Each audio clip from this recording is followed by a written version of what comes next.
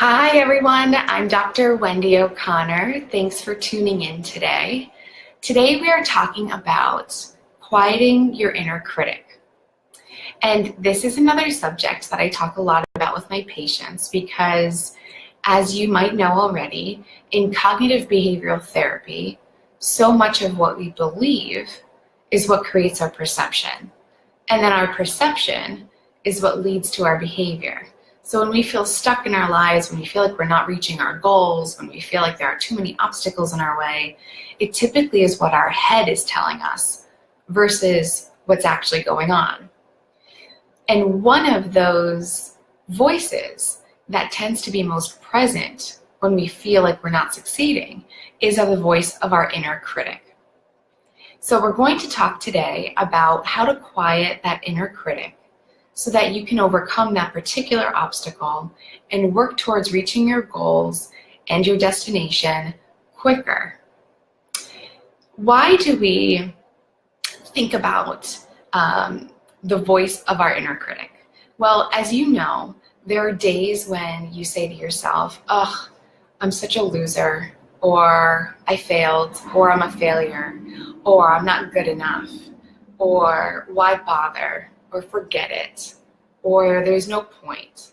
We say these things in our minds, thinking that they may have no bearing on our day, our reality.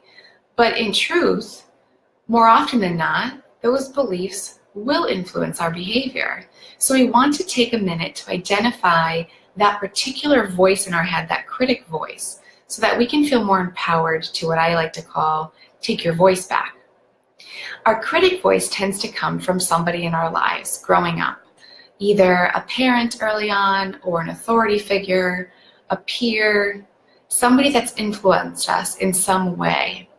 They created a bit of a critic voice that we internalized and now we use as our own. But the truth is, if we really look in our heart of hearts about what we believe to be true, typically we don't believe that we're not good enough.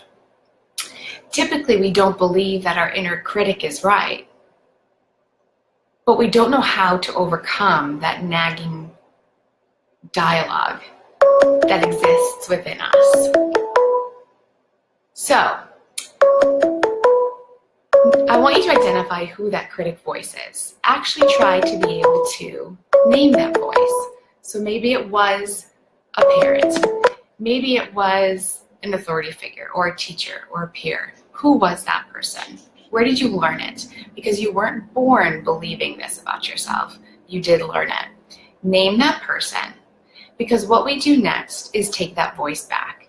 Is say to yourself, "Oh, that's interesting. I do remember I often felt criticized by so-and-so in my life, or they often were really hard on me, or I had a lot of doubt in myself because of the way this particular person spoke to me."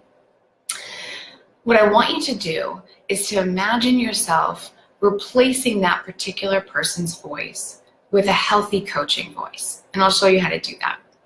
So once we identify the voice and say, all right, I wasn't born this way. I believe this because of my experience. I want to take back my voice. I want to believe in myself. How do we do that? We look at and identify what the truth is. So again, that critic voice is really distorted. It tends to be based on things that we were told or taught or we internalized, but not actually the truth or fact. So one of the strategies that I use with patients, and I encourage you to do this really only with a therapist if you can, is to identify what the evidence shows. So identify the evidence that really supports the belief that you're not good enough or you're a failure or you're a loser or why bother, and the evidence that goes against that belief. But now remember, when you think about evidence, you have to think about fact. We don't just insert our opinion there. We really look at what the truth shows. And 9 times out of 10, what we find is that the evidence that goes against the belief far outweighs the evidence that supports it, if there really is any to begin with. After you do that, it's time for you to talk back.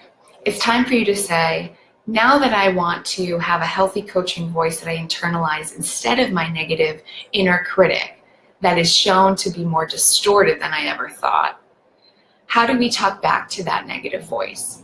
We do that by imagining somebody in our life that we feel safe with, a close friend or confidant, a peer, a coworker, somebody that we believe we can trust and could potentially lean on when we need to.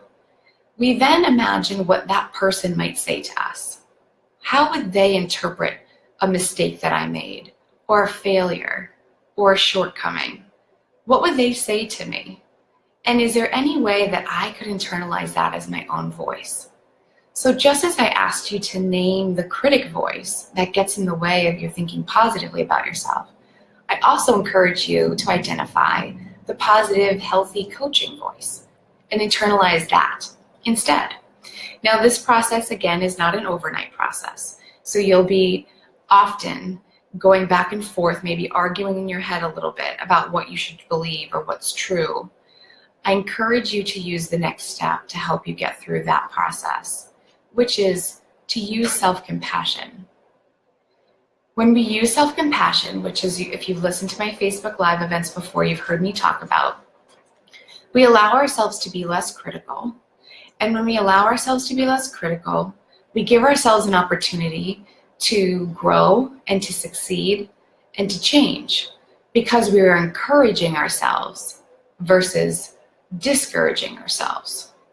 So I want you to think about using compassion in a way that is understanding, that is encouraging, and that does not mean that you allow your mistakes or shortcomings or failures even to be overlooked or dismissed.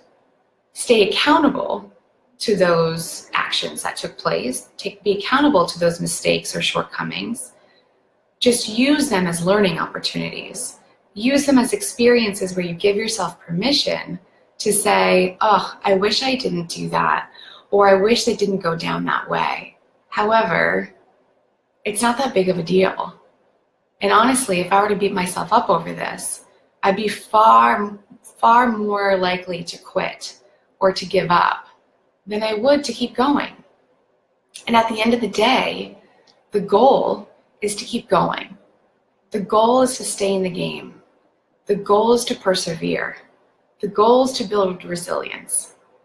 And the only way we can really do that successfully is to stop beating ourselves up, is to stop feeding or fueling self-doubt, and to start being that healthy coach, that kind, compassionate, understanding voice that can be inside you as soon as we let go of that inner critic. So I hope that was helpful today. I hope some of you are out there now. Always feel free to say hi when I do these Facebook Live events, so I know you're there. I'd love to hear from you, and I'd love to be able to have a more interactive Facebook Live. So feel free to do that anytime you see me on here.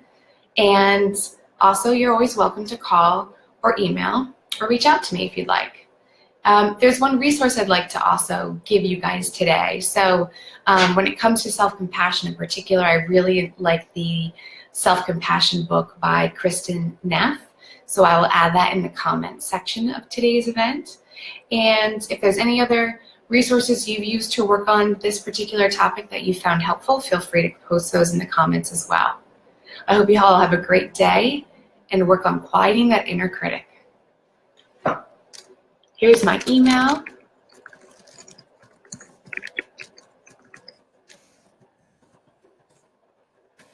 And website if you want to check me out.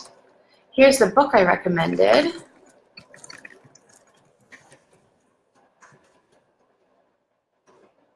And there you go. All right, everybody, take care.